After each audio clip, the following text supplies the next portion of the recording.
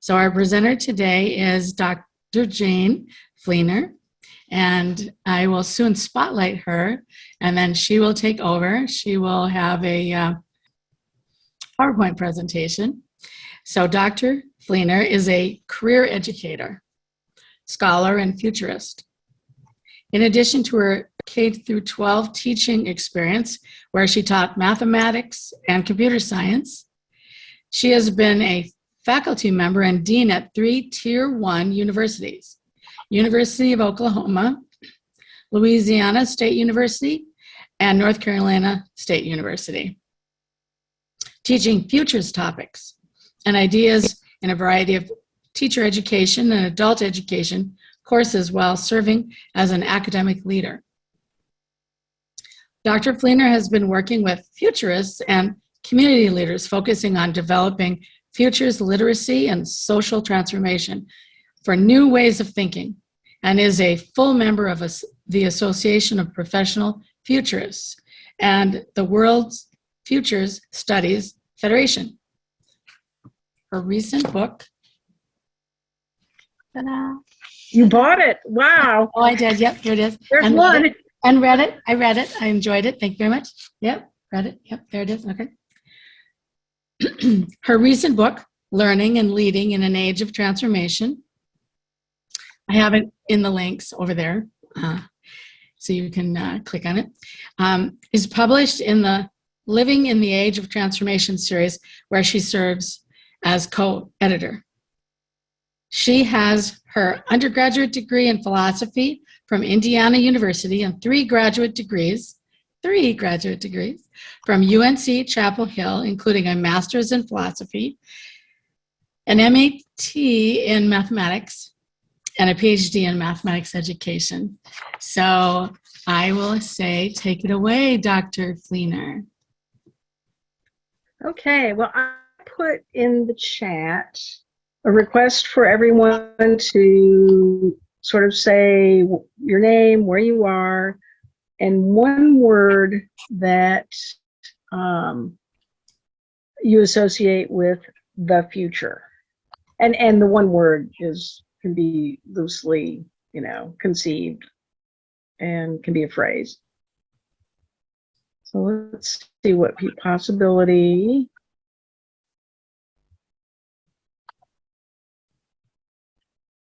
What else? Don't necessarily rapid change, imagination, opportunity. Ooh, nice. Sixth subrace. I count that as one word. It's a big concept. Science. Anything else? Hopeful, evolving.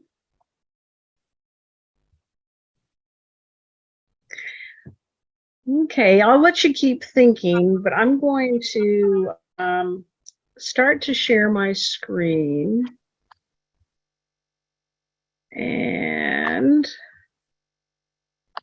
I'm hoping that when I share my screen, I'll still be able to see your chat, but if I'm missing something in chat, Hope, if you can let me know, that would be great. So we, of course, when you do titles to get people to come to your presentations, you just try and find, words that may make people interested. And but this idea of transformational futures is something I've worked with quite a bit, and I feel a little schizophrenic because I've worked with transformational futures from the academic perspective, working with futurists and working with adult learners and working in educational contexts. But then I've also worked with transformational futures from a theosophical perspective. And so I'm trying something out on you all to help me bridge those two worlds. And so the presentation is actually going to be formatted around sort of those two ideas. The first part is going to be telling you a little bit about what is futures, what are future studies, what are transformational futures. But then the second part is going to be what is the relationship of theosophical studies to transformational futures. And so I want to start with, this is called the Polak game. This isn't a Polak joke. The person who invented its name was Polak. And the idea of the Polak game is you have, of course, these two dimensions. The first dimension along the vertical side is being optimistic about the future or pessimistic about the future. And then along the horizontal line, you have lack of ability to influence and ability to influence. And I'd be curious to, first of all, hear, where do you stand? Where do you feel you are with respect to the future? Quadrant 1, 2, 3, or 4, and then maybe briefly why. And just by the way, in case you don't remember your, high school algebra, so quadrant 1 would be the ability to influence and being optimistic about the future. Quadrant 2 would be optimistic about the future, but really not sure you could really impact the future. Quadrant 3 would be you don't really feel really good about the future. You're a little pessimistic about the future, and you also sort of don't think you can influence it. And then 4 would be ability to influence and pessimistic. So who would like to share where you are, maybe? I see Barbara said personal future or future of the country world. Either. Quadrant 1. Okay. You want to explain that? Do you pronounce your name Cedar? Cedar. I pronounce it cedar, like a tree. Just like it's spelled. Okay, yeah. I always have to make it harder. So Cedar, why did you say quadrant 1? Why I said quadrant 1 is because I kind of sort of gave the middle finger to all my troubles. And I was like, wait, the troubles haven't been making the troubles go away. So I decided to put on a different mind frame, a different mentality, and deal with my outlook, which influenced my everyday challenges. That's one thing. And the other thing is that I am a member of this Center for Future Consciousness, and I'm a futurist in the way that I think about things. And so I just sort of think they kind of contradict each other. If I'm a futurist, I've got to know that I'm optimistic about the future, and I also have the ability to influence it. Okay, very good. Yeah, absolutely. And, since you bring up the idea of the Center of Future Consciousness and its relationship, where would HPB be on this? Oh, I definitely think she'd be in quadrant 1. She would be in quadrant 1. And why do you say that? Well, because she was receptive, to her visions. She listened. She counted herself as an integral part of disseminating information. Mm-hmm. Okay, someone else. Don't make me start picking on people. I'm a teacher. I'll start picking on you. Okay, Maria, quadrant 3. Tell me about quadrant 3. Well, I really hate to admit that that's where I feel like I am most of the time. I know reading the news doesn't help, and I just feel like I was talking to John about this. I asked him if he feels like the masters have ever seen a time in humanity that was so low. And I know there probably has been, but I'm trying to see more and change, some pessimistic thinking that I have to, move more into the positive mindset. But it's hard, I'm a pharmacist, and I just hear a lot of bad things, about going on in people's lives, with their health, and then you read the news, and it's I feel like it's hard to stay positive. I do try. I do. I mean, I'm reading all of Mitch Horowitz's books about mind changing your mindset, but I'm trying to move out of that, but I just feel like things are pretty bad right now, worldwide. I mean, I know there's a lot of good going on too. I think there's a lot of people that are waking up and searching their spirituality, but that's kind of where I am right now. It's interesting in organizational theory, there's a framework called competing values framework. And it's really across the diagonal that the most interesting tensions can occur.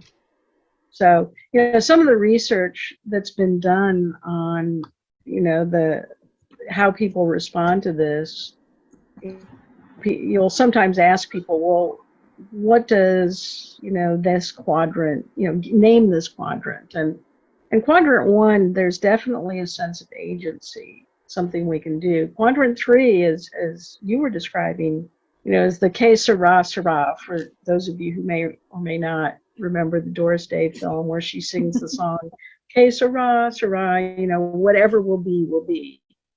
But there are people who live in the 4th quadrant who are sort of plodding along and trying to influence, and they're sort of the realistic stoics. What futurists try to do then is they try to think about how people think about the future. And a lot of futurists then work with a lot of organizations to get organizations to figure out how to think about the future. So this next chart really sort of sums up a lot of what futurists think about the future. This is called the 3 tomorrows. This is my interpretation of the 3 tomorrows. And the 3 tomorrows, the tomorrow that we're most familiar with is really an extension of the present. And this is the tomorrow that is predictable, or that we try to control. For example, you look outside and you decide, am I going to carry an umbrella? And you're predicting something about your need to carry an umbrella. Or you're thinking about, in a game of chess, for example, when you're thinking about how your opponent is going to move and what your next 3 or 4 moves are ahead of time, you're optimizing the future. You're trying to, get the best outcomes given any current move that you're making. And the strategies that futurists use to address the first tomorrow are things like foresight or strategy, or looking at precedent, how have things been done in the past. And the idea of the first tomorrow is that the future will be pretty much like the past. And when I talk to students in classes and I ask them, what is their relationship with the future, and how do they see the future, very few of them really get out of this first tomorrow, with pretty much, first of all, assuming that the future may be like the past, and that they want to game it, control it, optimize it.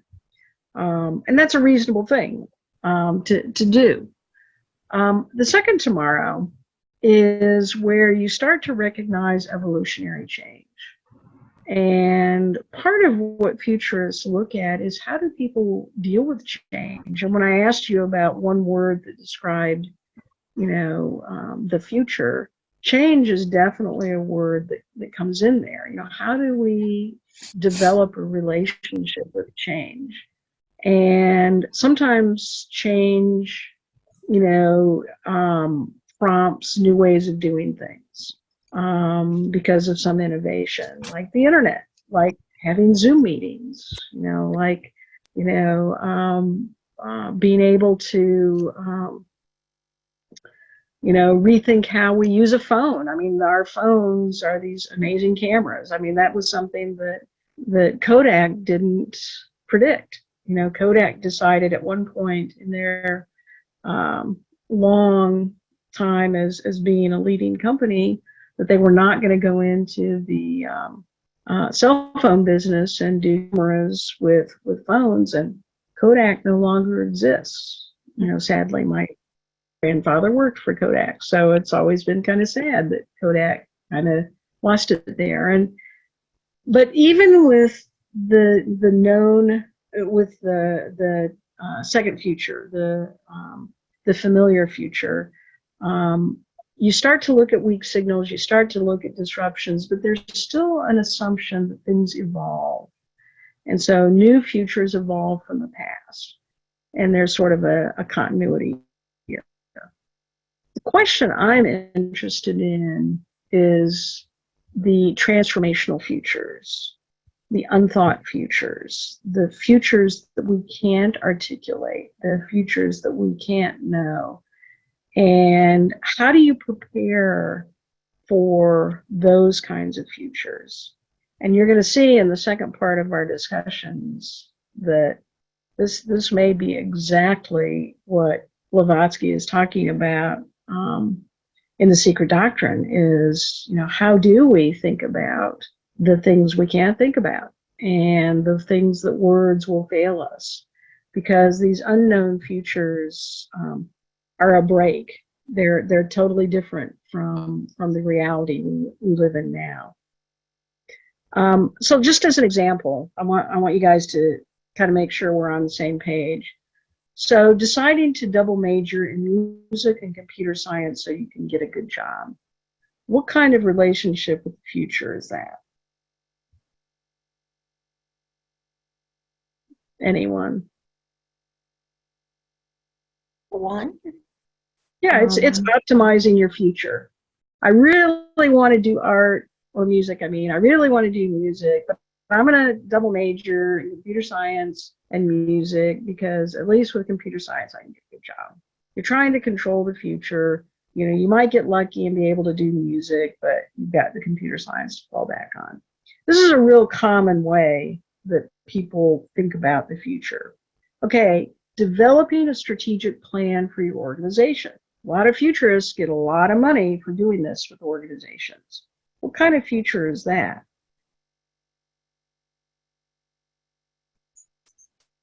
I think that one depends. Okay, good. It might be any of them. Well, any of them. I think, explain.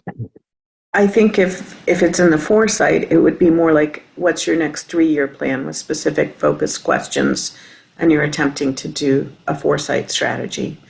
I have seen more, I'm going to use your word, transformational, but I'm using it maybe in the wrong place for you. In the blue column for tomorrow too, I think I've seen strategic plans that are more forward framed than tomorrow one. I have not seen a living, breathing example of a tomorrow 3 strategic plan, but I allow for that possibility. So for the tomorrow 2 strategic plan, what usually comes into play there? What are they looking for, looking at? Instead of looking at trends, for example, or what's been done in the past, what do they tend to be looking for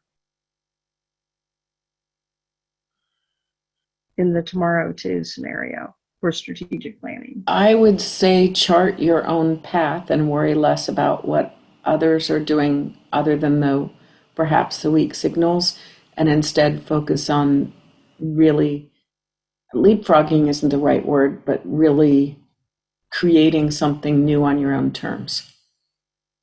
Okay. Then Hope put down innovation. What do you mean by innovation, Hope? Yeah, that same thing of really jumping. Well, it's almost like jumping the shark, that old term of from Happy Days or whatever that was, like going so far outside the box that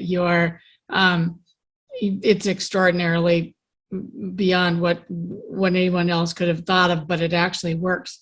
What I'm thinking of is the robot that can throw a toolbox up on its own, apparently throw a toolbox up to the construction worker.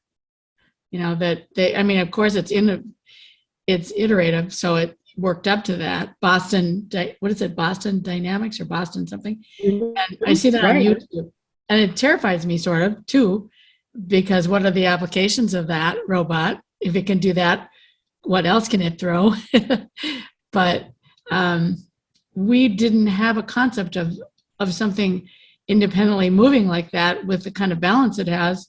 But obviously programmers and robot people did, people who 20 years ago, they had to have thought of this before, or they wouldn't have it now. But there's a disruption there. There's often new technology associated with sort of the second tomorrow. There's often a disruption. There's often, the idea of breaking with the past, being creative, letting go, maybe even changing how you think and talk about things. Okay, so let's move on. You kind of get a sense of the three tomorrows. Now I'm not going to go into a whole lot of depth, but I wanted to be sure and show you there are a lot of strategies futurists use for thinking about the future.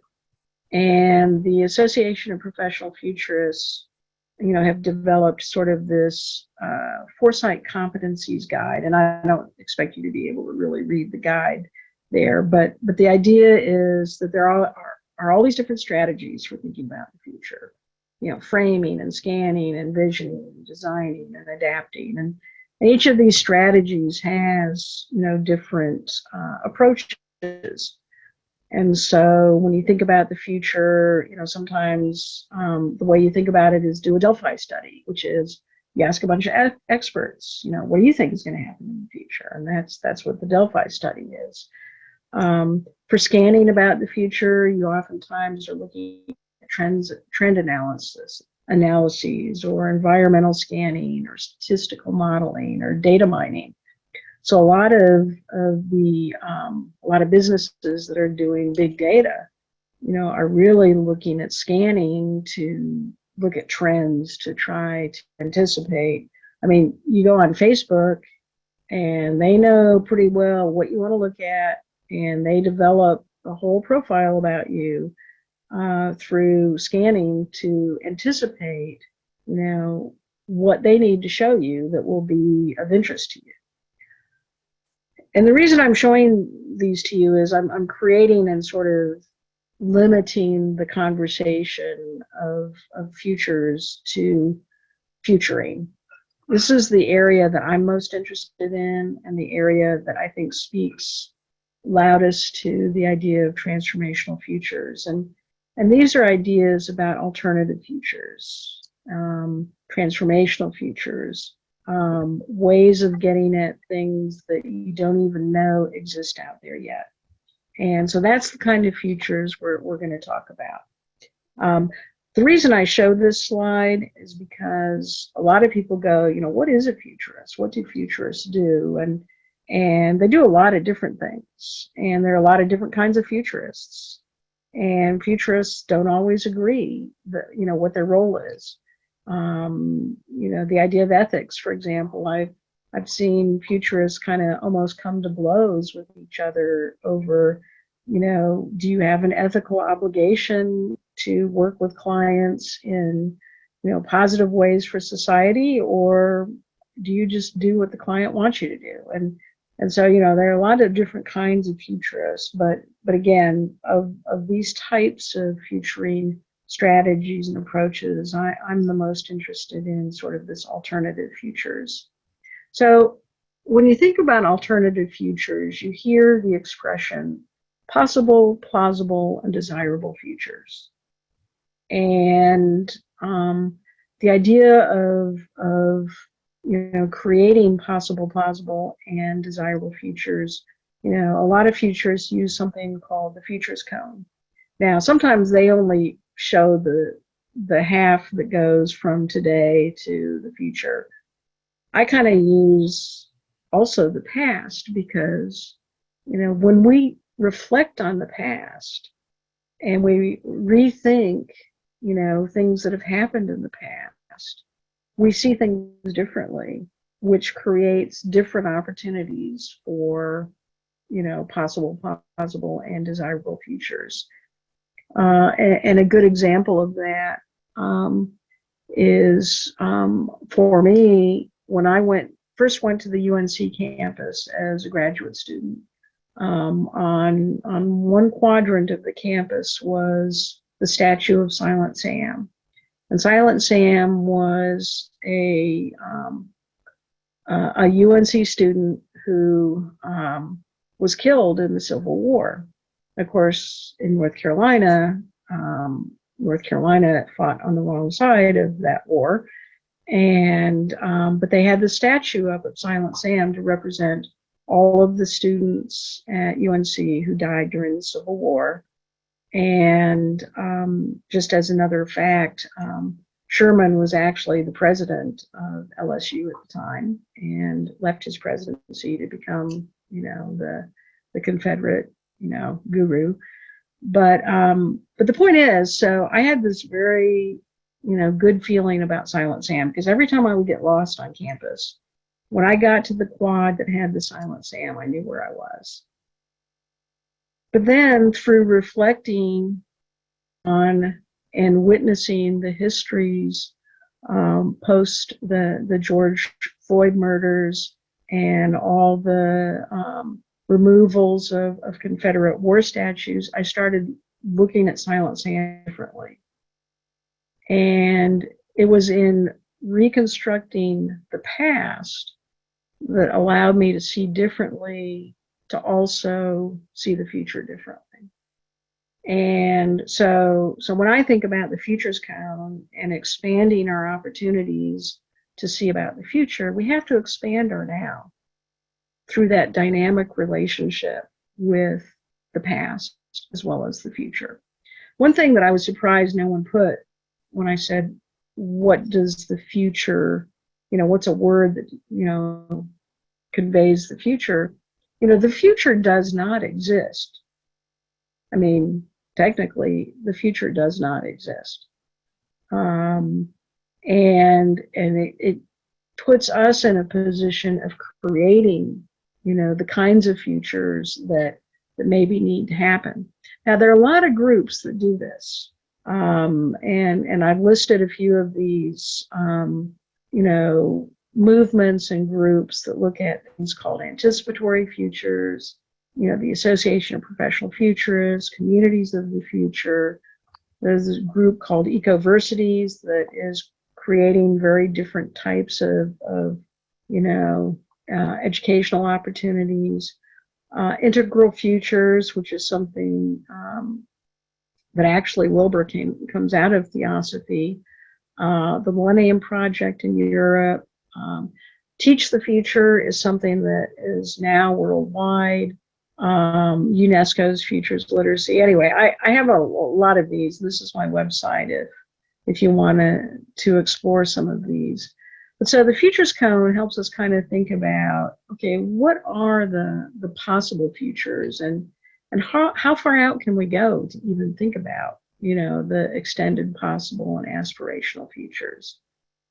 One thing that I like about Rael Miller is the CEO of I guess it's CEO, I don't know what his actual title is, president, whatever, of the UNESCO Futures Literacy Group. And he says, Futures Literacy is intended to cultivate mindsets that leave room for the emergence and suggests leveraging novel occurrences in our external environment, which turns change into a resource rather than an enemy of planning.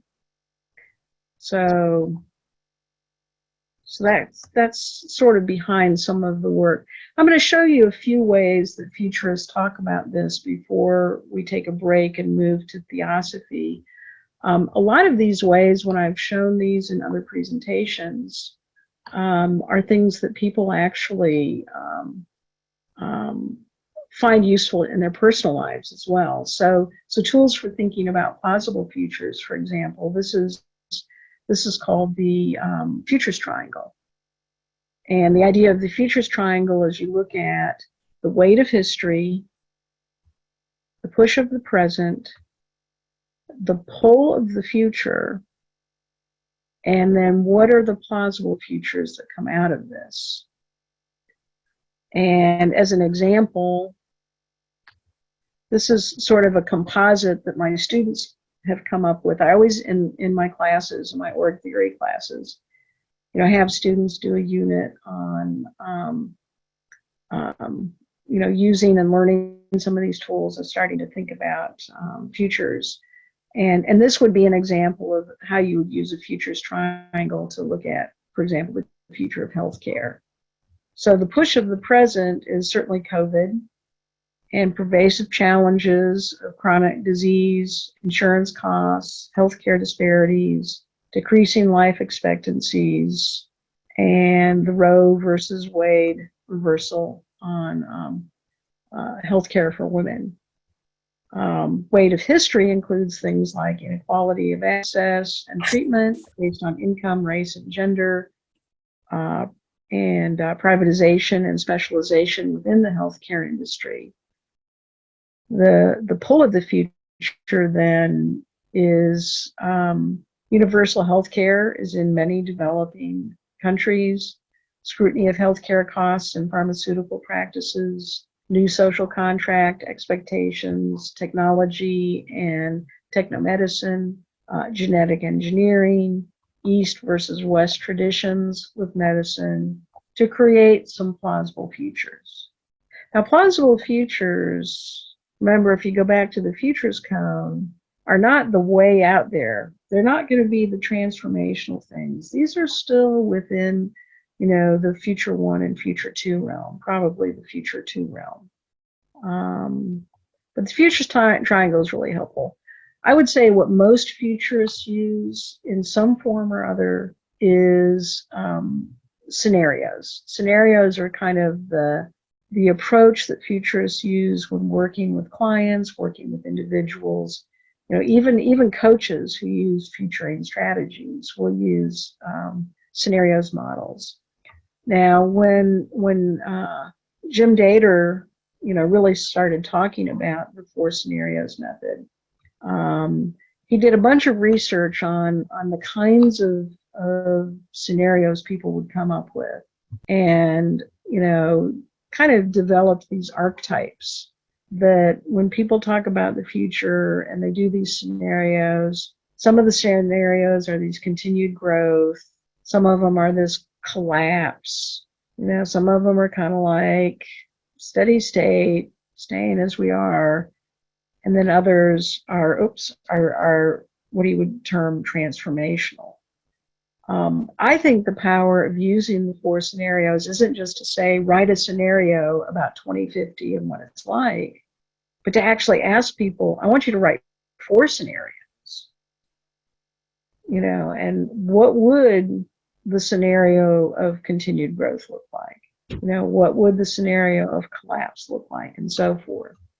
Now, Schwartz came along a little bit later and said, well, what works for businesses oftentimes is really more of the business as usual, worst case, best case, and outlier. And again, the value of scenarios in thinking about futures is to frame, all the opportunities and options. So it's not just narrowing into one sort of thing. Let me give you an example. This is an example from one of my students, and I'm using it by permission. And this person came up with the problem of what is the future of gender nonconforming individuals. And this was something very personally meaningful. And when you do scenarios, you often do long range, short range, and mid range. And this person did sort of a mid range 15 years from now. And the best case scenario for this person was gender as an oppressive structure is abolished, and transgender or gender nonconforming folks are treated with respect. People come out without worry or rejection or discrimination. The worst case is strong backlash to progressive movement. LGBTQ plus rights are eliminated. People go back into the closet. The world becomes more violent against LGBTQ plus people. And notice her outlier. Typically, outliers come about because of some introduction of some new technology or something that today isn't the case. And in this case, the outlier was traditional family values make a comeback when Gen Z ages into adulthood. But notice how this person's outlier actually goes back to a worst case. Anyway, so that's scenarios. Just getting through this so you kind of get a sense. Any questions, by the way, about scenarios? I've done this presentation with life coaches and personal coaches, and it's been interesting how they've picked up on this with their own clients to kind of help clients think about futures differently. All make sense? All good? Give me a thumbs up or yeah. Okay, I got one thumbs up. I can't see everyone. Okay. Okay, very good. Narrative futures. This is a workshop in itself. And this is an emerging area of futures work that I'm excited about, because when we start to look at transformational futures as we go forward, looking at the relationship with theosophy, I think it's through the narrative futures that we're going to see the most opportunity. And this particular exercise takes about 2 hours just to do this exercise, because you start out writing your preferred future, from the context of you're in a bar talking to the person next to you, and this is 20 years from now. And so you spend 10 minutes writing a narrative of your future self. And then you go back and do a second iteration. At what level are you telling your story? Is it a narrative or chronicles? And you go through these various iterations. Again, I'm not going to go through all these, but you go through 5 iterations and are really looking at, and dissecting your ideas about time, your ideas about relationships, your ideas about, are you telling this from the perspective of an outlaw or a hero or a magician? And it kind of frees people up to start thinking about different futures in a very different way. And then you share them, of course.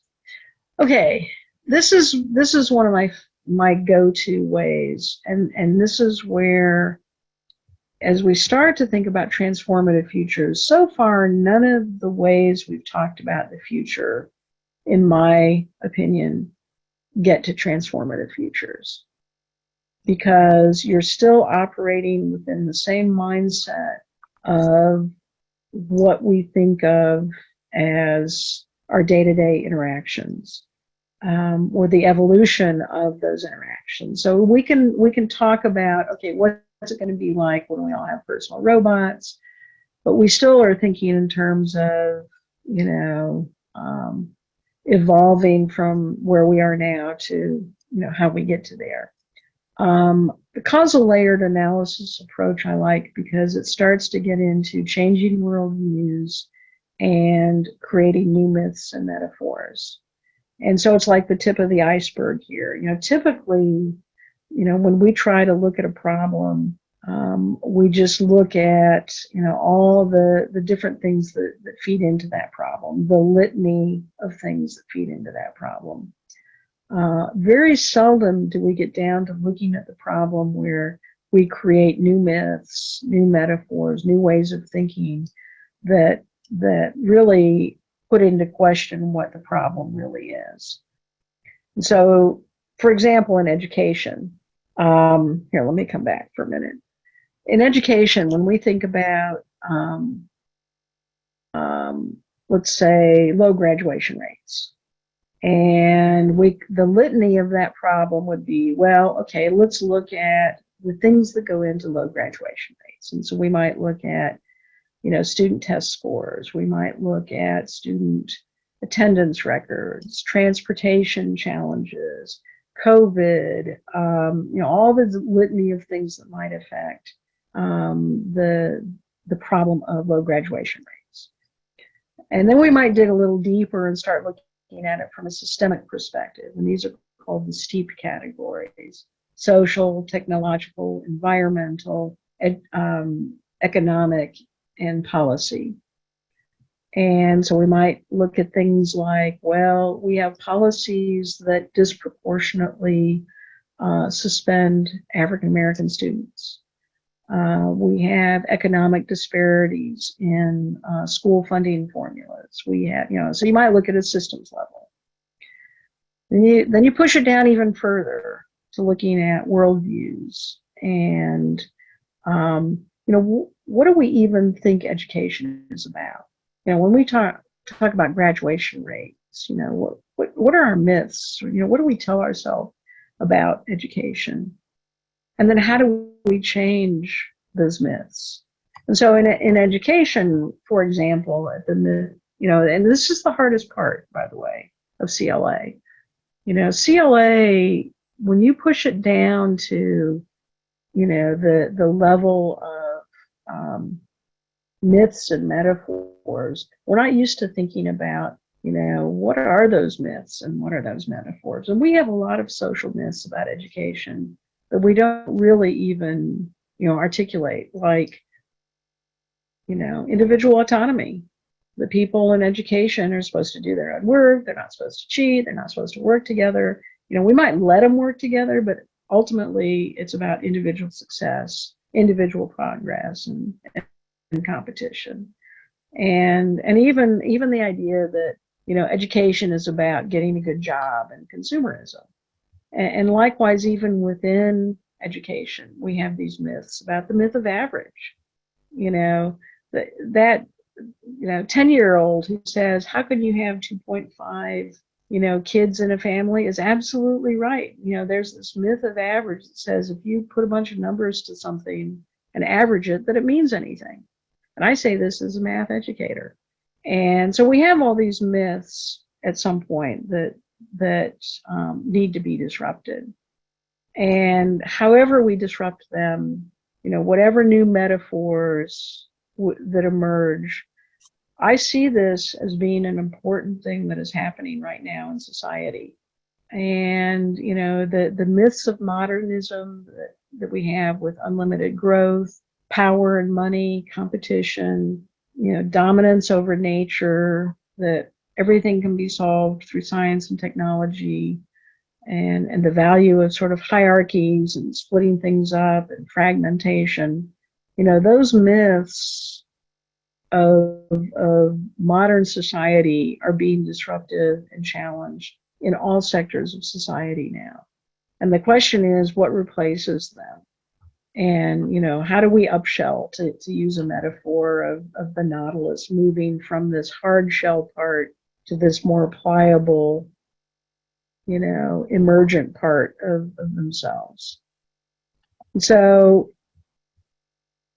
I don't need to do this enough examples. So here's some questions that I want us to talk about, and I can put these maybe in the chat so I can take this down for a minute, because I want to spend a couple of minutes, maybe 5 or 10 minutes before we take a break, talking about how might futures thinking open people's minds to universal consciousness?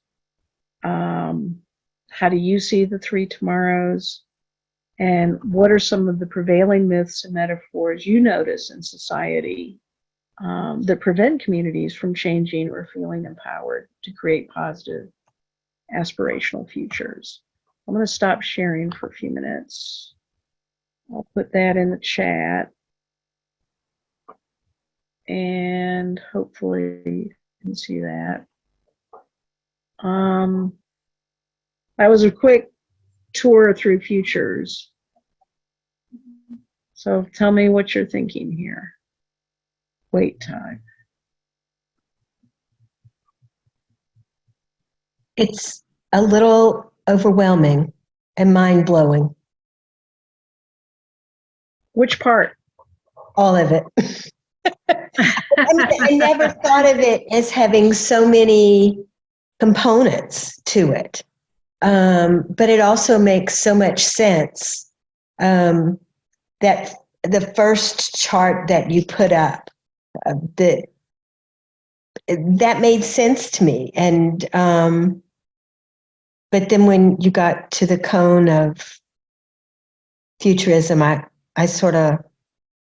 got lost there. But Uh-oh, okay. I am so grateful that you understand it. Who else? You know what I'm struck by though? That cone, it looks, I mean, it makes sense that it is in that shape. It looks like the out breath and the in breath, creation, because it's past, future, it fits with everything else we study. So it makes sense. And it also looks like a wormhole, the past, future. It goes out. Part of what I want to play with someday with the futures cone is how to accommodate reincarnation and karma. And the idea is that my futures cone is going to be very different from the perspective of what I bring from past lives and what my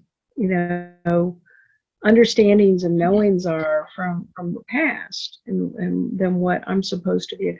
So yeah, I mean, I can really go off with playing with the futures cone from that perspective. What else? What about myths and metaphors? Do you have myths that you see being disrupted, or language that you see being disrupted?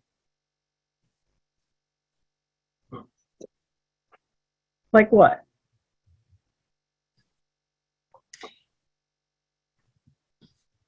There's very much a myth that you brought up that I feel that's shifting, which is and that got totally broken up by really the pandemic too, because we needed to break up the old institutions, and maybe here in the United States more than anywhere, but that, everybody just does it this way, and they lockstep, they go to school and they get a job and they work their heads off and then they retire, and it's just that myth of just do it this way. And But that myth is changing too. The myth that everyone should go to college is being seriously challenged, and many legislatures are saying, why should we keep putting money into higher education? We need more, workforce development programs. We need more social service supports. What else is maybe, what are some of the other myths that may be being challenged now? Hi, it's Erica. Hi. I'm sorry, I'm behind the orange screen tonight. Yeah. I'm sorry I'm late. Daylight savings, and I always take time to adjust. I'm thinking of like generational, and it probably happens with every generation, but seeing that I have 3 kids, they're all in their 20s, and just the way they see the world and the way I saw it and have seen it since I was their age is changing. And it encompasses so much too. Even language. Can you give some examples? Because I think you're absolutely right. Yeah, and I'm trying to think of specific example. Okay, for one thing, I don't think I don't remember labeling society, social constructs the way they do now, like the millennials, the X gens, and all of this. And they're so, they really relate to each one of those. And when I was growing up, it's like, oh yeah, well, there were hippies, and then people from the 50s. It just seems that for a generation that didn't want labels, they've created their own. So I think like labeling has changed. And even, and I know even with the gender thing, it's like the whole idea is that yes, gender is important, but it's not. Don't judge me by my gender. Don't judge me by, they don't want to be judged by things. Well, on Facebook, there are now, I think, 54 ways to designate sexuality. Mm-hmm. And there are, I haven't counted lately on how many ways to characterize. And part of what I see happening with that is at some point, just like with the student who did the gender nonconforming exercise, at some point then race and gender aren't going to matter. And, and when we talk about, that's one of the myths too, that, heaven forbid that you go to school and you have an ambiguous gender. Mm-hmm. That there are, I think, a lot of ways we're trying to disrupt, some things that have led to the dualisms that, become and create sort of haves and have-nots. I see this in Theosophy, and Barbara, actually, you did an interesting, session once on reincarnation, and even people talking about karma and reincarnation is something that 30 years ago was, kind of closeted talk. You had to kind of make sure you knew your audience, whereas as now, it's kind of common to say, well, that person must have pretty good karma. And you can say that, and people, whether they believe in karma or not, can kind of joke and laugh and kind of get it.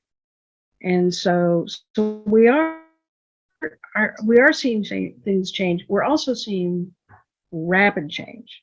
Things are changing so quickly right now that I think the next part of this talk, after we take a break, is going to be about what we as Theosophists do with that.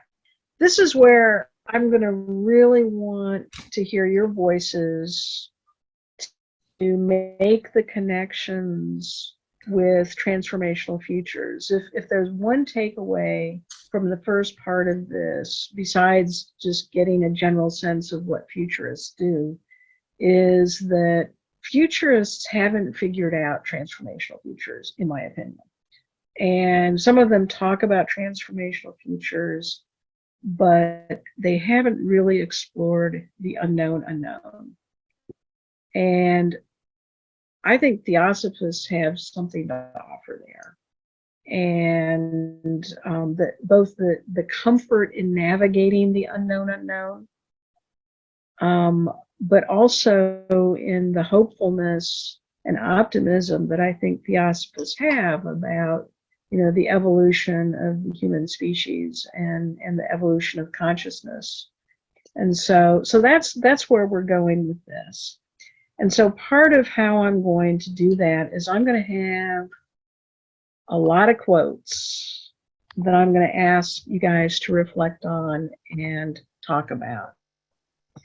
And so the first thing I asked earlier when we played the Pollock game how HPD would think about, the being optimistic and being able to control the futures. And here are some quotes. So this is from the Mahatma letters. This is the first letter that Khatumi is speaking to Senate. And he says to Senate, "It imposes upon you the sacred duty to instruct the public and prepare them for future possibilities by gradually opening their eyes to the truth." And then later on in letter 7, this is in the chronological version. This is also Khatumi, but this time Khatumi is, I believe, speaking to Hume. And he says, "So we who cannot stop the world from going its destined direction are yet able to divert some part of its energy into useful channels." And finally, the third quote, and then I'm going to ask you to tell me how these relate to transformational futures. The third quote comes from Abel Collins' Light on the Path. "Try to lift a little of the heavy karma of the world. Give your aid to the few strong hands that hold back the powers of darkness from obtaining complete victory." Okay, how do these speak to the future and our role as Theosophists?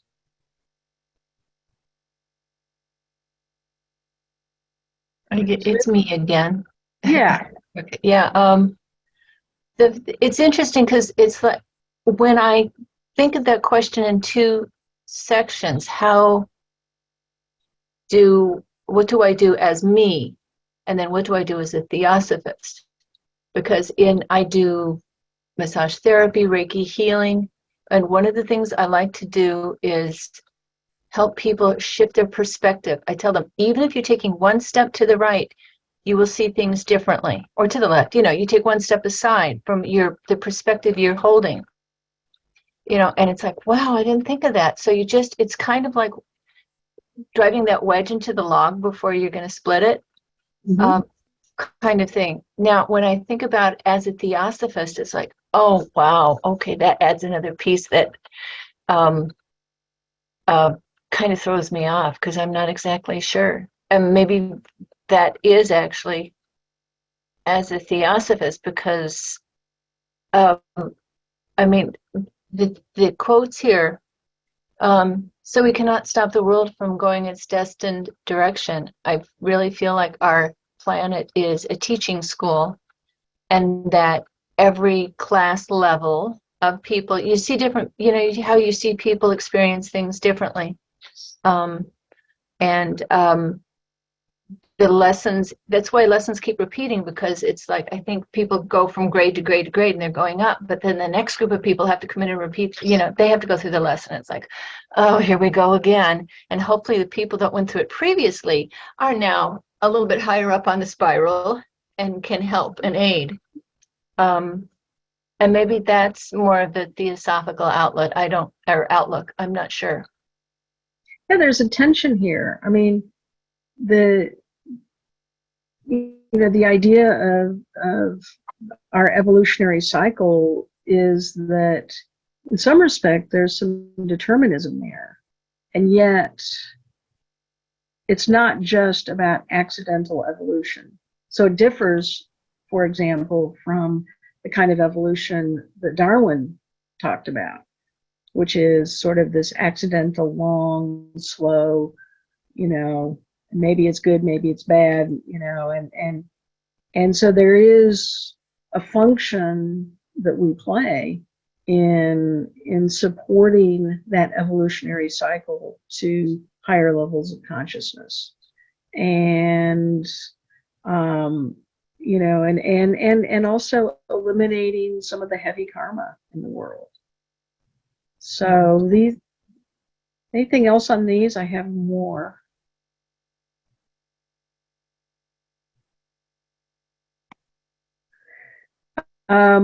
part of how I'm trying to look at this is, so this futures literacy framework talked about the 3 tomorrows and the expanded now with the futures code, and how anticipatory futuring includes these values, beliefs, intuitions, curiosity, and purpose.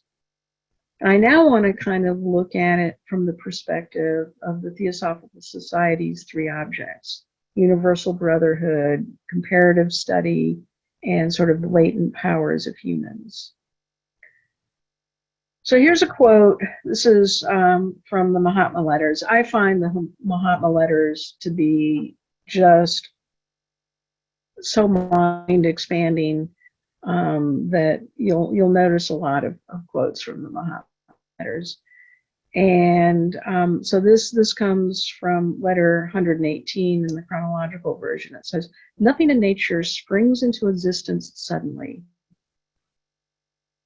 I have to move you guys because you're in the way of the rest of the quote. "All being subjected to the same law of gradual evolution.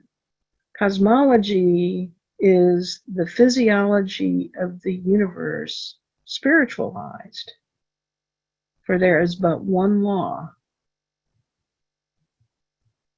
So while humanity is passing through this present age, the stages of development from the relatively primitive to the initiated, and then to the perfected adepts, greatly need to be quickened, and a more general spreading of the universal wisdom will occur. So there's this evolutionary cycle, but then there's this need to be quickening and accelerating through this evolutionary cycle. And some are content to wait and let evolution bring about, I have to move you guys again, the necessary developments. Others, as they become spiritually awakened, begin to realize that spiritual evolution itself depends upon the presence of the world of such enlightened and compassionate beings, and that attaining that status is indeed the highest or ultimate good. Okay, so what do these have to say about this evolutionary cycle? So again, all subject to this. There's a role to acceleration. And then there's the spirituality component. Well, I think that it has more to do, they all go together, of course, but Joy's, the quote by Joy, just points out that we all go through the same process, but at some point in that process, some individuals awaken or become aware, or it's that divine discontent that pushes certain people to say, hey, what is this? They start asking the questions, they start reading, they start studying. They're not better than others. It's just where they are. And I think that's where those of us who are here tonight, I think that's where we are. Otherwise, we wouldn't be here. And so we've chosen a path that goes, if we use the metaphor of a mountain, instead of using the switchbacks to get to the top of the mountain, we're just going straight up the side, which is much, much more difficult. But we're doing that, and this probably steps a little bit away, or it goes to the compassionate component. We're doing that in order to help humanity. Mm-hmm. Because as each of us go further on this path, because we're all innately one, then when one of us changes, we all change. And so as we go up the side of the mountain, we're pulling everyone else up the side of the mountain too. I don't know if that's really what you mean, Jane, but that's what came to me. Well, it could be that the mountains are in the background there, and I'm really strong on visual metaphors. And yeah, anyone else? Accelerated evolutionary futures. The other thing that comes to mind is the book Power versus Force, where there's a way that you can measure the frequency in a way on the planet and also with individuals. And that one highly awakened individual, in a way, compensates. So, Barbara, that's what they meant, is that what the author meant is the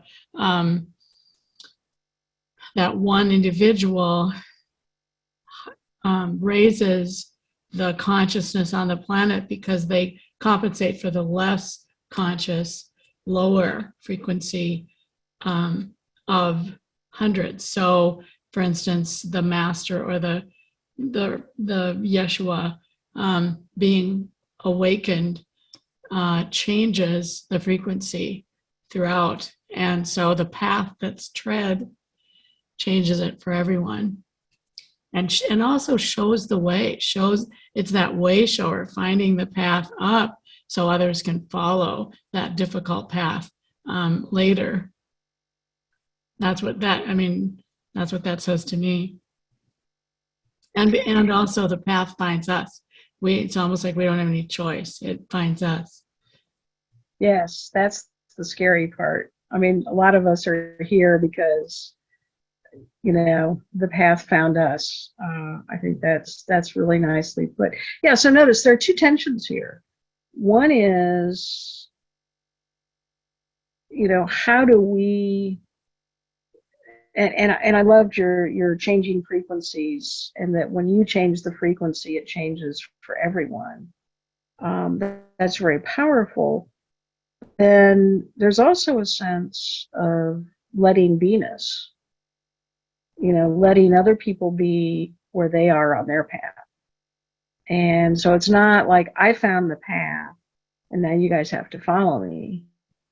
It's like I can be the example, and I can change those frequencies, or I can create this,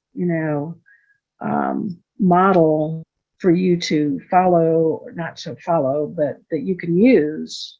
But it's okay if you don't follow it. And I think that to me is one of the most important lessons about the ideas of transformational futures that I'm seeing so far as I'm looking at Theosophy. And this was huge for me even as a teacher, that our evolutionary paths and our karmic responsibilities are very different. And there's a real joy in accepting that difference. And but those tensions come out. Anyone else on this one before what about the urgency of the now? When I was looking at the futures triangle and I was expanding it, I was doing the expanded now, and that gave you a bigger vision of the future as well as a bigger vision of the past. But, this quote from John Algeo, and I've always related to John Algeo, and I hate that he died before I ever got to meet him, because he was also an academic at the University of Georgia, Southern University. And so I find his writings, for some reason, really resonate with me. And so in The Pilgrim and the Path, he wrote, "The development and organization of the lower three vehicles, the physical, astral, and mental, has taken us millions of years.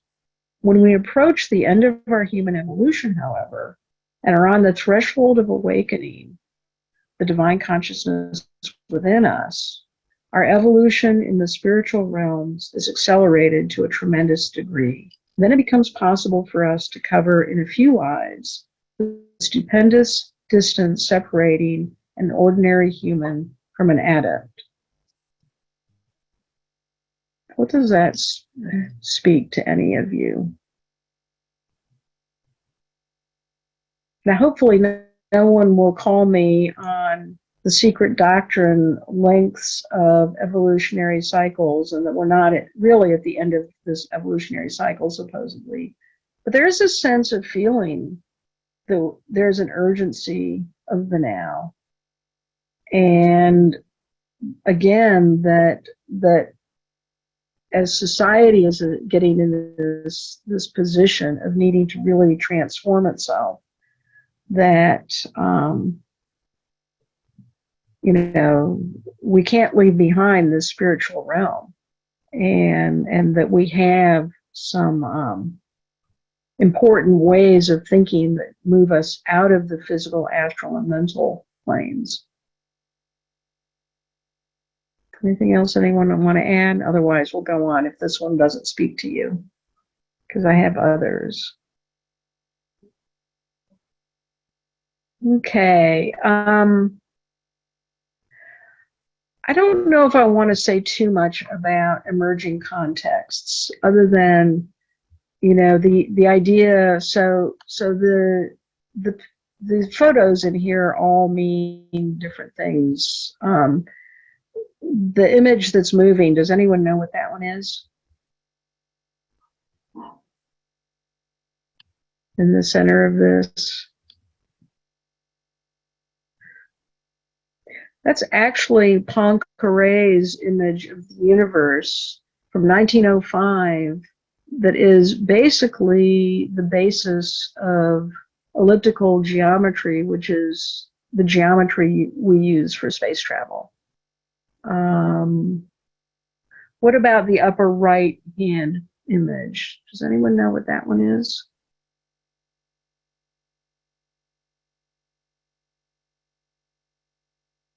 Is that an Escher? That is an Escher. Good. Yeah. Yeah. Do you know the name of it? No. That's one of comes out of his evolutionary series. And talking about sort of evolution. So a huge 18th century thing, starting with, actually didn't start with Darwin, but Darwin was his version of evolution kind of played out. What about the image? Do you see back here the gold and the bluish, greenish stuff? What is that?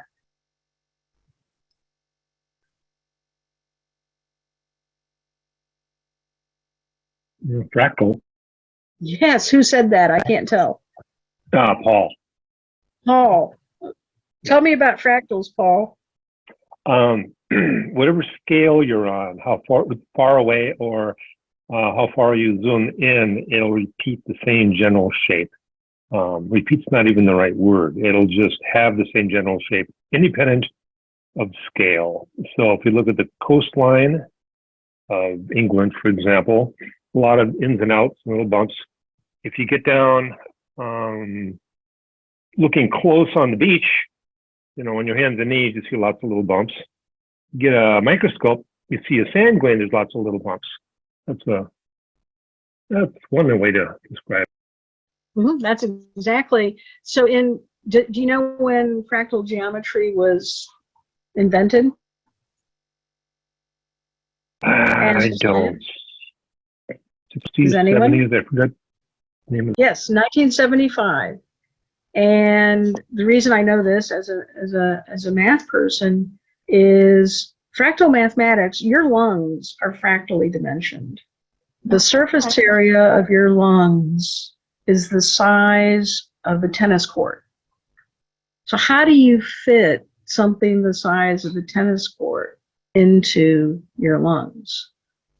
Now, each one of these, we could go into details about fractal geometry, about complexity sciences, about even, genetics, DNA, artificial intelligence,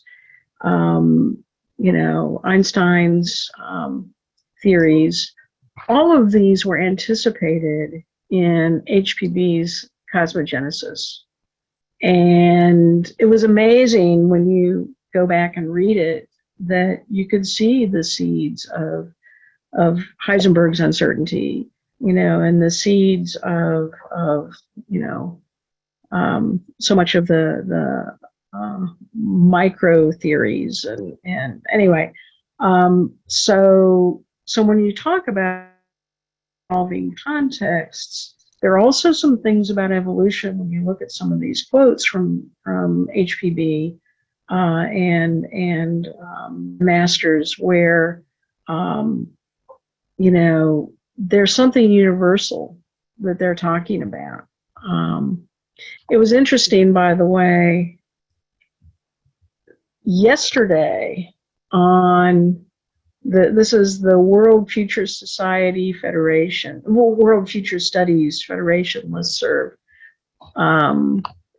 Someone wrote this. I didn't put their name, although it's public because it's out there on a listserv, and I'm not quite sure what the ethics are of when I can say someone said something or not on a public listserv. But this person, who will remain anonymous, said, "Through our five senses, we naturally describe, predict, explain, and react to the world and shape its evolution. What if new forms of consciousness in the future, say artificial superintelligence, can naturally sense, describe, predict, explain, and react to some planetary or cosmic phenomenon in the universe, like, for example, Earth core dynamics or high energy particles to which we are oblivious? Such an enriched, diversified consciousness might shift the path of our collective evolutionary journey." How theosophical is that? What does that say? I mean, now they're unfortunately still keeping this in a very scientific, space here, a very worldly space. But what is this saying theosophically?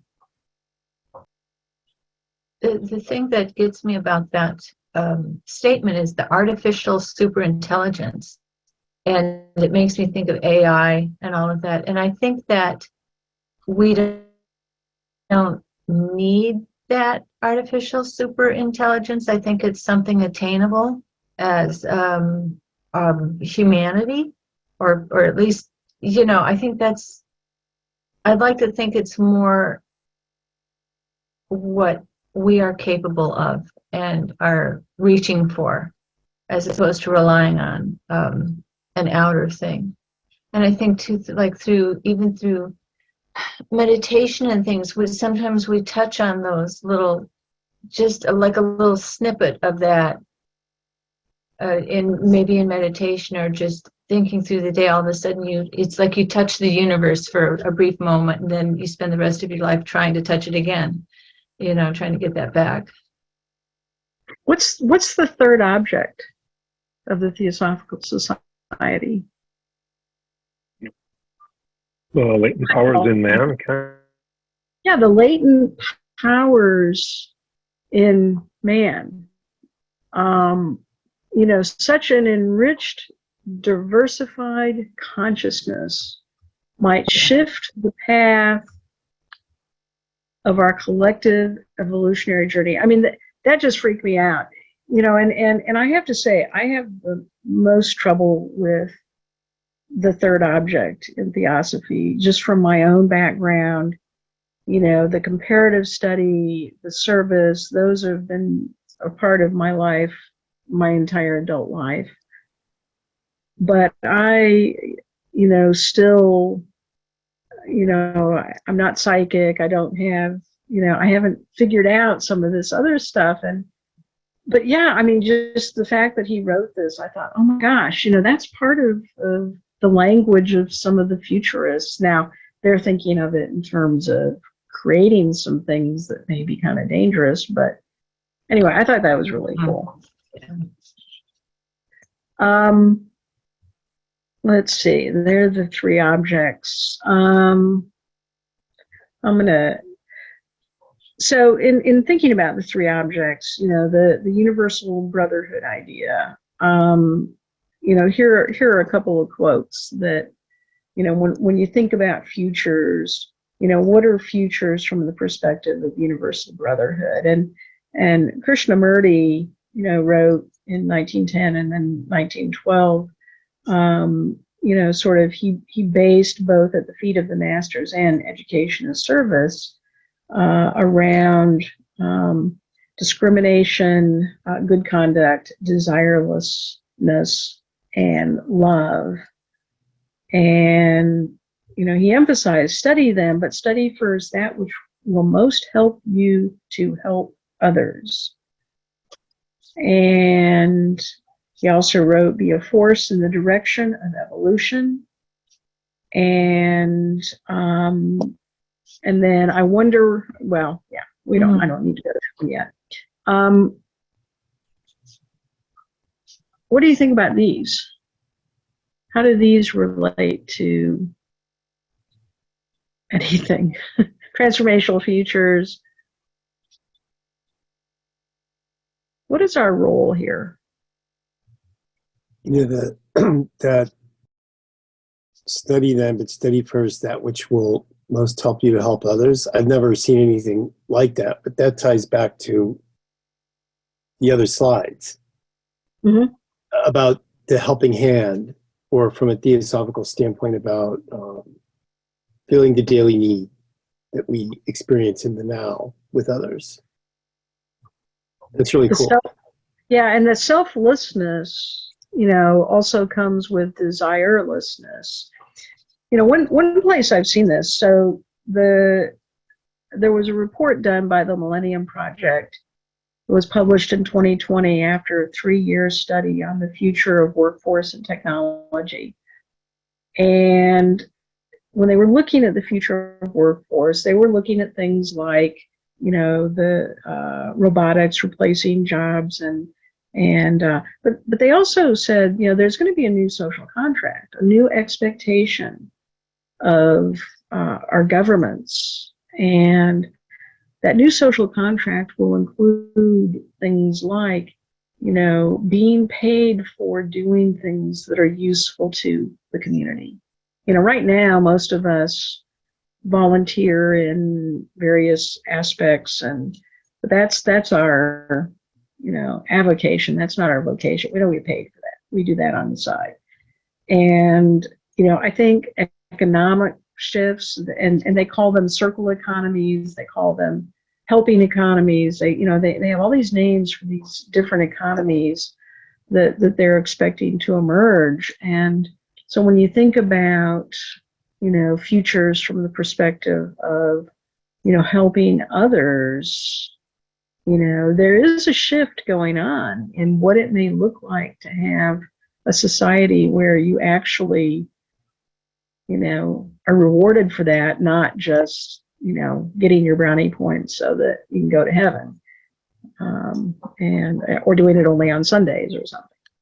Okay, let me move on because we're getting close on time. Let me look at these quotes. I have all these boxes up, and I have to keep moving you guys. You guys can't see the boxes I'm moving around, right? Okay, good. There's a Guinean, from New Guinea, proverb that says, knowledge without wisdom is like water in the sand. Study first, again, that which will help you most to help others. And then true intelligence does not come from the accumulation of facts. It is the ability to see deeper and perceive holistic patterns in relationships that are not recognized by the superficial mind. Since the higher mind begins to awaken, once the higher mind begins to awaken, it exerts far greater influence on the development of wisdom than any activity born in the womb of thought and memory. Okay, what does that speak to?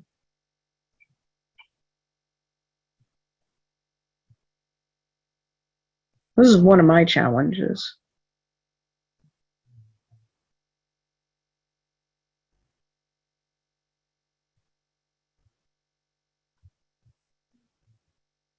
Have you ever known someone who's been highly educated, but dumb as a box of rocks?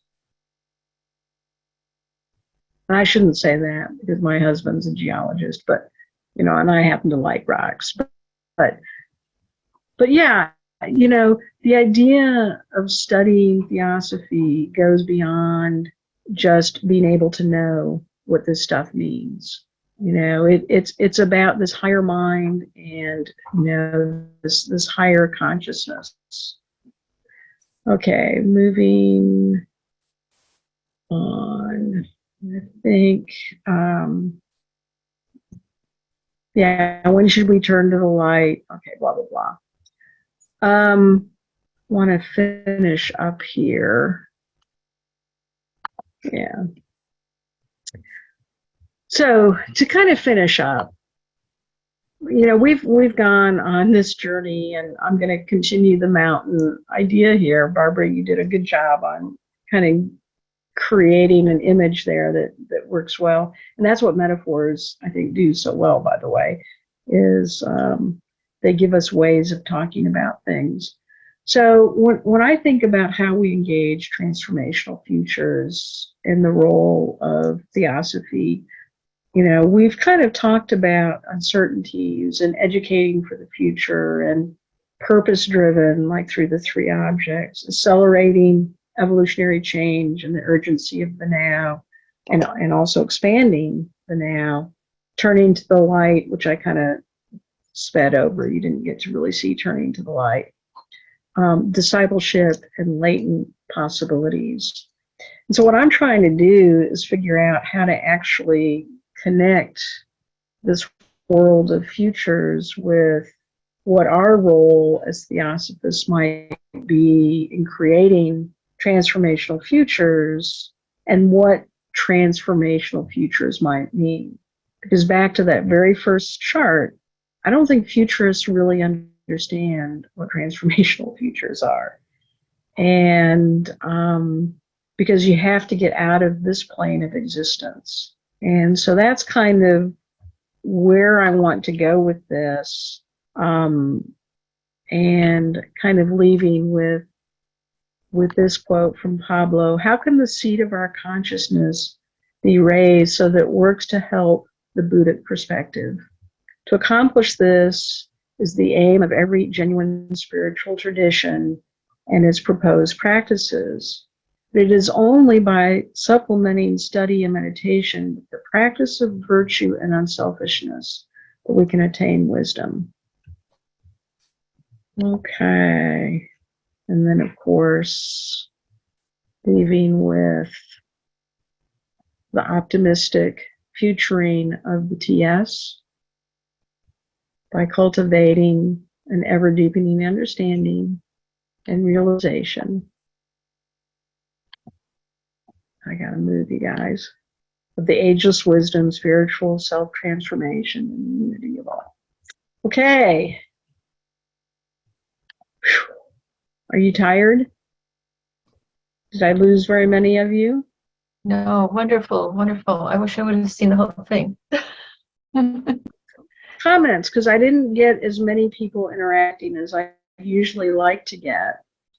Well, I also think that the material really, all of the material seems to be an invitation for deep reflection, and reflection on one's path, one's spiritual path, one's purpose, one's calling. What are we called to do? How are we called to present what's meaningful to us, in the world? And then how do we find, and how do we move that into a sort of cooperative based society and a cooperative based living where we're really more receptive than we are, acting on the future, but receiving more receptive and receiving, and I'm reading all these quotes and I'm trying to fit into the, sort of the invitation to reflect. I'm trying to fit,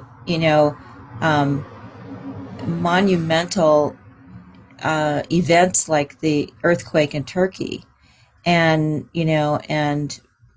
my response to that was about the future. How can I help somebody who one of my friends lost, Turkish friends lost almost all of his family in the earthquake. Yeah. I'm also thinking about, when I went up and down the block knocking on doors asking for people to donate their coats, blankets, robes, towels, and socks, and mittens, and hats. And we just went around collecting stuff and folding them up and putting them in boxes and labeling them like the restaurant owner of the Turkish cafe asked us to. And so that was hugely about transformation and transforming the future and bringing opportunity to somebody else's life, and to somebody else's, to the end of somebody else's life as they knew it. So I'm listening to, what really touched me about your presentation is how does this get balanced with these incredibly contemplative, deeply contemplative messages regarding self-transformation, human evolution, and influencing, without even knowing what the outcome is going to be necessarily, change, right? Mhm.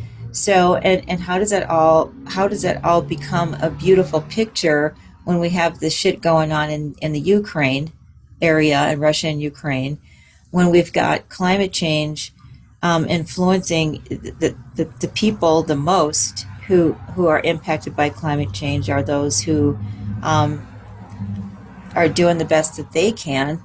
They're not scientists necessarily. They're not people with, climate change is affecting everybody.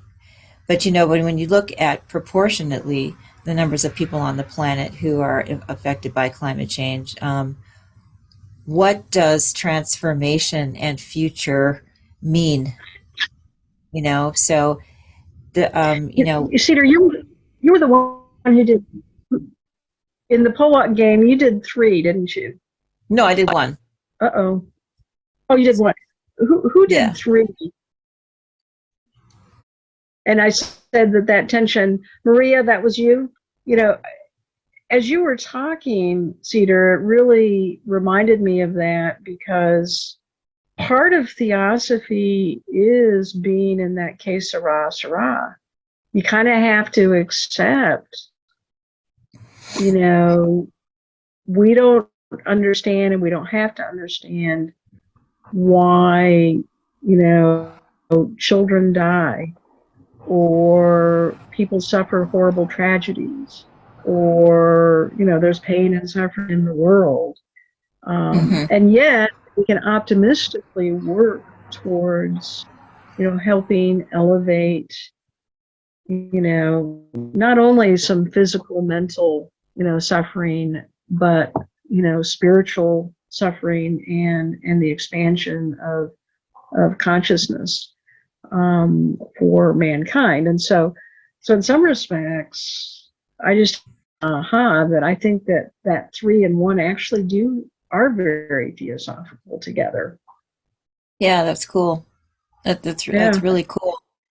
And that sort of marrying the energies of transformation, I think also is something that kept that's kind of compelling. That's sort of a subtext of how do the energies of transformation, marry and become and create the byproducts of in the imagination about the future before the future is even here. I noticed that a lot of your diagrammatic explanations were very ideas driven, and Right. and the ideas build the world even before, as a form of energy, even before we can actually get our feet there, right? So, I don't know. I just found it a real invitation for deep meditation and reflection. Good. Not confusion and chaos. Yeah. You. I'm very curious. You had a picture of the computer putting the chip in itself. Mm-hmm. Well, that wasn't an accident. So speak to that for a second. And then I want to hear people's comments. Absolutely. Yeah.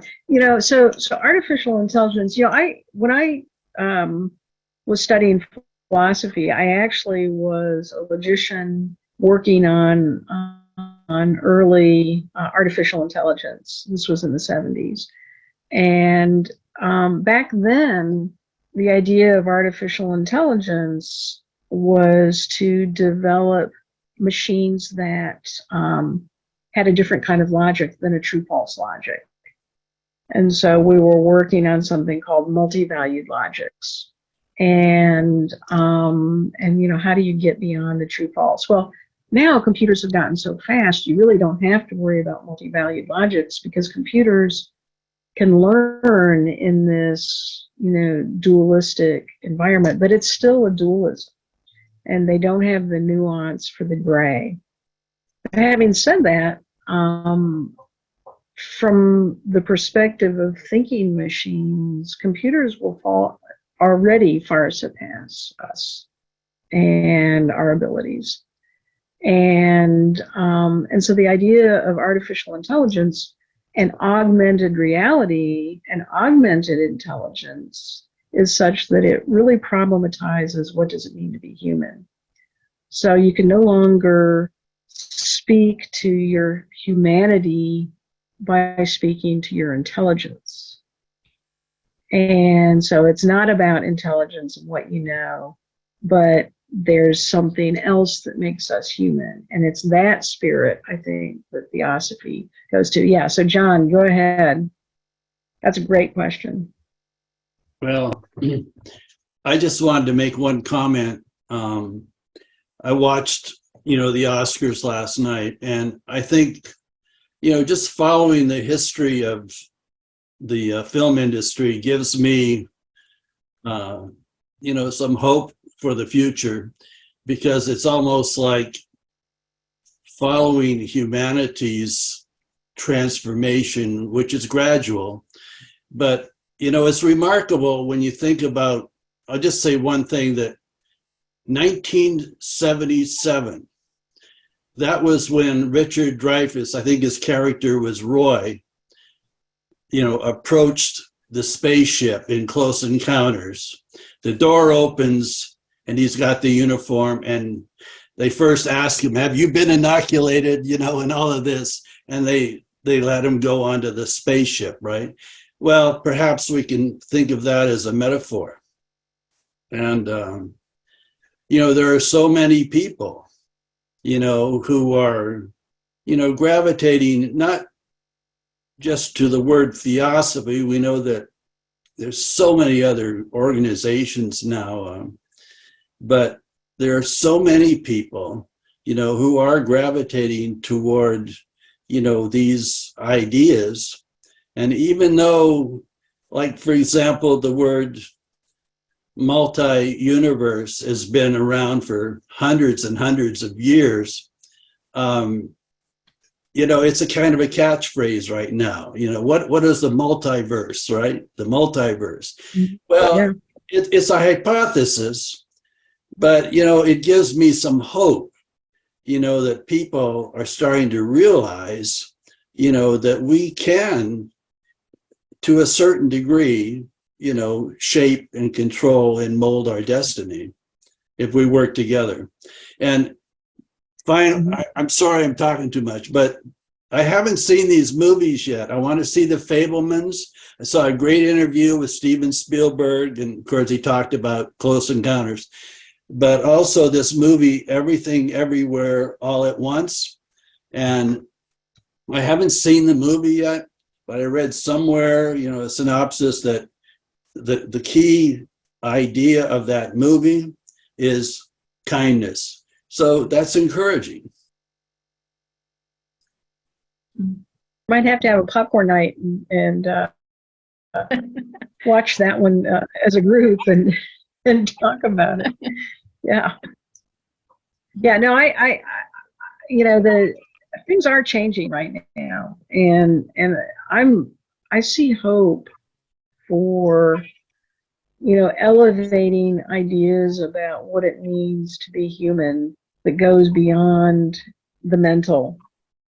And so if you think about the 7 planes of existence, and as we move towards the fifth realm. I see some of that happening, and certainly in my lifetime. The baby boomers, we started out with skinny black ties and dresses and all that stuff. And, then things moved very quickly. So anyway, so someone else, other thoughts. Flow of consciousness is fine. Or other questions, thoughts? Stephen, you've been very quiet. I know it's 10 o'clock on the East Coast, but Well, I think there was a lot of deep reflection that was initiated. And so in this, I'm seeing through your presentation, both before and after the break, part one and part two, these or part of this has to do with karma, collective karma, individual karma, the karma of humanity. Also thinking about the future where, if we look at concepts of time and consciousness, part of thinking about the future, I think, is expanding our own consciousness. And also, I have me thinking that we can't transform anything until I transform myself. And I'm seeing that more clearly thanks to this presentation. And now you've got me, or I wasn't sure how to put this into words, and I think that's really clear right now. But there's something about transforming the inner that has to match the transformation of the outer. And so I look, and I was a little bit late jumping on, but when I got on, we had the 3 ways of looking at the future. And I started to think, well, how do I apply that to how do I look to myself? And how do I transform myself using that paradigm? So right. I feel like this could be a whole series of talks, to be quite honest, and I think you did a great job. I'm sorry, I'm not really making a point except to say that, yeah, the thoughts are on steroids. For those of you who might have studied philosophy, German philosopher, sociologist Habermas talked about 3 fundamental human interests. He said, humans in general have a particular orientation to how they operate in the world. The first fundamental human interest is in control. So trying to control their environment, trying to control the future, trying to control, everything around them. The second fundamental human interest is hermeneutics, or meaning, or understanding. And so there are some people who, are most oriented towards understanding. But then the third sort of orientation is emancipation. And very few people really, even those who are true change agents like Martin Luther King, may not truly be able to operate in that emancipatory stage. But anyway, so what you said just reminded me of the 3 fundamental human interests related to the 3 futures. And did you have something more to say, Stephen? Well, and this, I do have one other thing to say. When you're talking about myths, and myths that we are seeing now as myths or things that are changing, I think there's a myth that for much of our society, there's a myth that I don't deserve this. There's a myth that I'm making $9.50 an hour and my work doesn't even, I shouldn't even be getting that. And I think so, and I don't know the words for this, and that's why I didn't bring it up at the last segment.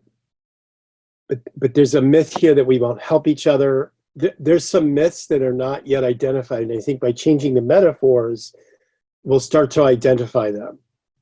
But I think there's a collective, not collective, there's a sense that I'm not valued what I do. I don't value it. The world doesn't value it. I'm working in whatever job, but it does provide value. Every human provides value. So the myth, I think, is that thinking, if that makes sense. I just don't know the word for it. But no, there's absolutely, when they put money to lives, lawyers spend a lot of time figuring out how much is this life worth, when someone is murdered or killed, and look at it from the perspective of, earning power and education, and so my life might be worth more than someone else's life by virtue of my education, although it might not be worth as much because of my age. And so they have these formulas for calculating how much is your life really worth. And likewise with jobs, the formula for calculating jobs and what jobs are worth is how much it takes and how much thinking is involved. And it's oxymoronic that the more thinking that's involved, the more pay you supposedly get, even though there's actually less direct contribution to labor and products. And that's a myth that we've told ourselves about what labor is worth. And you're right. I mean, I think some of those myths are going to be changing. I'm just going to jump in and say that it's 9:10, and thank you all for your wonderful attention. Thank you, Jane. We're officially saying that the meeting is over, but we'll keep discussing. I think I will turn off the recording, and then we'll just kind of keep discussing. Yes, I'm going to stop recording.